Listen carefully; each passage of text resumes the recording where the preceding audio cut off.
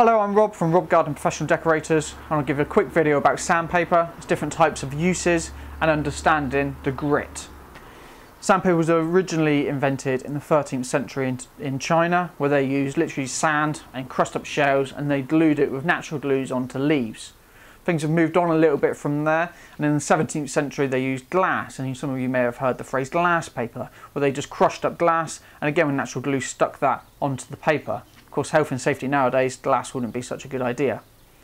In today's modern sandpapers, sometimes in the trade known as scratch, it's aluminium oxide that causes the grit. The thicker the grit, the more coarse the paper is. Sandpaper is graded, and it always starts with a P, which stands for product within the European markets. So after the P, you've then got a number.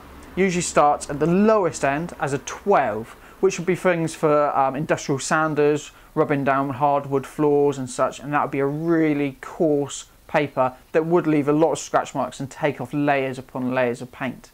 It goes all the way up to a P320, which is a really smooth paper. I'll come on to that again in a moment.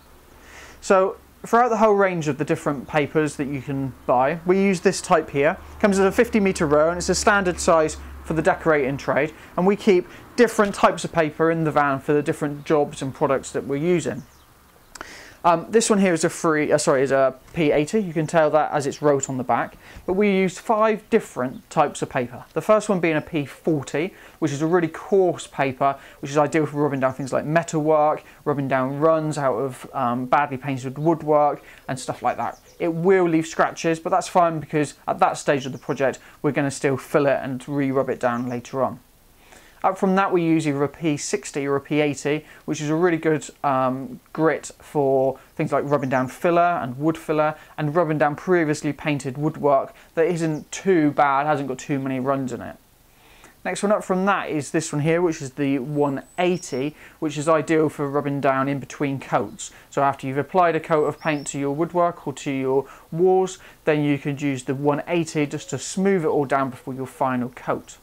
We've then got the P40 that we use, which is similar to the 180, but it's a little bit more fine. Remember, as it goes up in number, it gets smoother. As it goes down, and the lower the number, the more coarse it is. So we use the P40 for rubbing down on new plaster work. So we don't want to scratch that, so the P40 is really good for the final coat on the plaster work to get it really nice, a professional smooth finish. And then finally we use a 320, which is great for in between coats in glosswork and in eggshell and all your woodwork. So after you've applied your eggshell or your undercoat, and before you're going to apply your final one, you go around and rub everything down with the 320, clean it all off with a tack cloth or a hoover or a dusting brush, and then you can apply your final coat and you'll get a really top professional smooth finish. So that's the papers that we use. That's how it's graded. Remember, the lower the number, the more coarse, the higher number, the smoother. And in domestic stuff, you should be looking at really about an 80 or so, something like that. Would probably suit you fine. If you've got any questions about sandpaper, how to buy rolls like this, or any other comments that you want to put down below, please do so. Don't forget to like the video. And if you want to know more about decorating tips and secrets from the trade, please subscribe for more videos. I'm Rob from Gardner Professional Decorators. Thanks for watching. Cheers.